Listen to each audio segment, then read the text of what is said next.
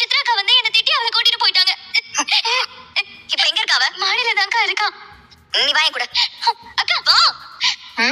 என்ன பாகல் கூட்டம் இங்க வருது? வேணா ஐஸ்வர்யா, நீ தேவையில்லாம பேசிக்கிட்டு இருக்கு. நீ பண்ணதும் தப்பு, இவ பண்ணதும் தப்பு. ஒழுங்கு மரியாதையா பரஸ்பரமா 2 பேரும் மன்னிப்பு கேட்டுக்கோங்க. நீ தானே முதல்ல அவளை பைத்தியம்னு சொல்லி திட்டின. நீ முதல்ல அவகிட்ட மன்னிப்பு கேளு, அதுக்கப்புறம் அவ உன்கிட்ட மன்னிப்பு கேட்க முடியாதுன்னா என்ன பண்ணுவ? மன்னிப்பு கேட்டா உனக்கு நல்லது. முடியாதடி.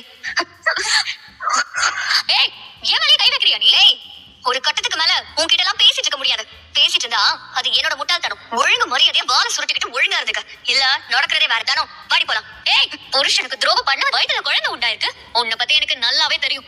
அதான் சேது மாமாவே வெக்கம் மனசோட சொல்லணும்னு நீ பாத்துட்டு சும்மா இருக்க. இதெல்லாம் அவளா சொல்லலதானோ. என் புருஷன் என்ன பார்த்து சொன்னத அவ கேக்குறீங்கல்ல, அது இதனாலதான் 4 பேர்ல இப்படி பதிஞ்சிருக்கு. என்னடியாச்சு? யாரோட இப்படி அடிச்சது? ஐயோ, உன்னதான் கேக்குறோம். சொல்லு, யாரோட அடிச்சது? எல்லாம் அந்த தமிழ் செல்விதான். தமிழ் செல்வியா?